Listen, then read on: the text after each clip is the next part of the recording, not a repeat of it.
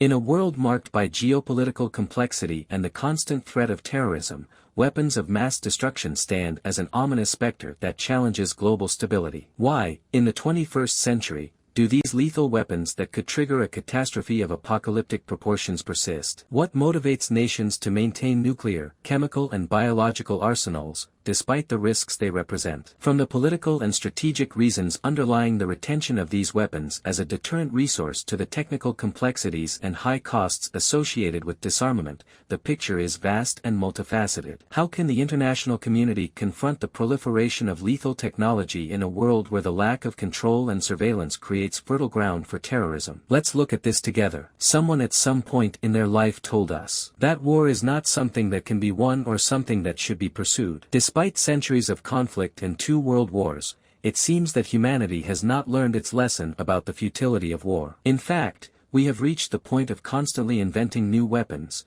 increasingly more lethal and efficient in causing destruction. Weapons manufacturing has become equal parts art and science. Even after tragedies like Hiroshima and Nagasaki, in which thousands of lives were taken, human beings, he continued to look for ways to improve the methods of destroying it. Weapons capable of annihilating entire countries have been created. Here I present a detailed list of 10 of the most shocking weapons of mass destruction. 1. Toxicological weapons. These weapons use a variety of natural and artificial poisons to cause death. Although they are highly effective in terms of lethality, their range and area of effectiveness are limited. Additionally, they are relatively easier to clean compared to other weapons of mass destruction. 2. Radiological weapons. These weapons involve the dispersion of radioactive materials using explosives. Although they may be difficult to clean up, the mortality rate they cause is probably low. 3. Pure fusion bombs. These bombs eliminate the need to use fission weapons to activate. Their development is simpler and faster,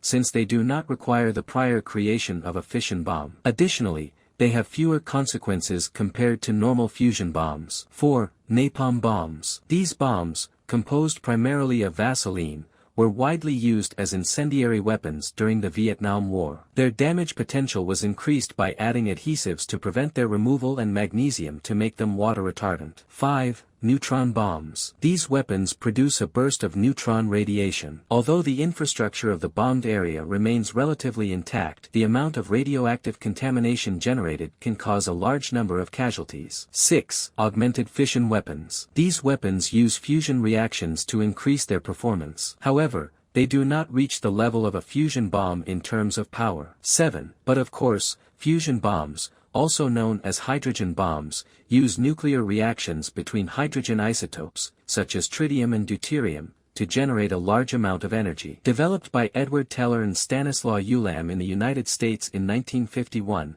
and by Andrei Sakharov in the Soviet Union in 1955, these weapons are considered more efficient than fission bombs, but also more complex to design and execute. The fission bomb, for its part, obtains its explosive energy from the nuclear fission reaction. It uses enriched uranium and plutonium, both fissile materials, arranged in a subcritical mass. This amount is enough to start a nuclear chain reaction that will grow exponentially. Enriched uranium can be activated by the gun method or the implosion method, while plutonium requires the use of implosion, a more sophisticated process that compresses the subcritical sphere to several times its density using chemical explosives. 8. On the other hand, chemical weapons make use of deadly chemicals, such as mustard gas, ricin or lewisite, which can cause havoc with a minimal amount. Cleaning them is extremely difficult and expensive, making them relatively accessible weapons of mass destruction. 9. Biological weapons, on the other hand, use viruses or diseases capable of affecting large populations. Their greatest danger lies in the difficulty of controlling their spread once released, as they could spread beyond the original target area. They are difficult to detect and identify, as natural disease outbreaks can be mistaken for a biological attack. 10. Cyber weapons. These weapons use the power of technology and computing to cause damage to computer systems, electrical networks, critical infrastructure, and even affect people's daily lives. Cyber attacks can trigger electrical blackouts, interrupt communication services, compromise sensitive data, and even cause chaos in sectors such as banking, health, or national security. The ability of cybercriminals and cyber-terrorists to carry out increasingly sophisticated and devastating attacks represents a growing threat in the digital age, where dependence on technology is omnipresent. And it is no secret that weapons of mass destruction, such as nuclear, chemical and biological bombs, are used in war mainly due to their ability to inflict massive damage in a short time. These weapons are designed to cause a devastating impact on the enemy, either killing large numbers of people at once or leaving entire areas uninhabitable. Nuclear bombs, for example,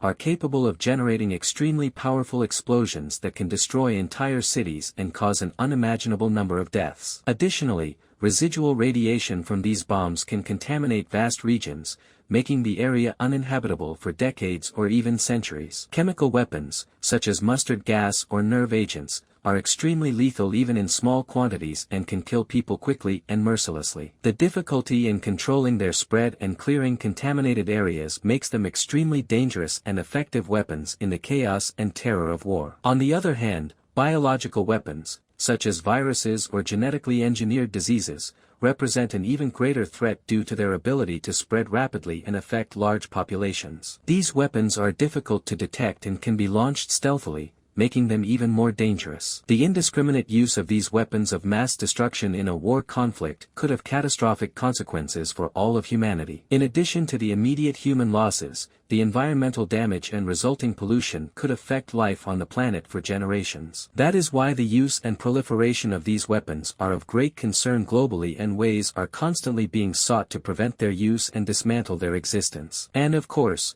with all this we see how weapons of mass destruction persist due to a combination of political and strategic reasons, where some countries see them as a measure of deterrence and national security, as well as difficulties in disarmament due to the complexity and associated costs. In addition to the reluctance of some states for political or prestige reasons, the risk of terrorism and proliferation also contributes to their permanence, since there is the possibility that terrorist groups or unconventional states gain access to these weapons or materials to manufacture them, increasing the threat to global security. The lack of control and surveillance, despite international treaties, also plays an important role, with gaps in supervision and compliance with disarmament agreements, making it difficult to prevent the proliferation and misuse of these weapons. What do you think? Thanks for joining us. If you liked this video, don't forget to like it, share your comments and subscribe to our channel for more fascinating stories. Until next time.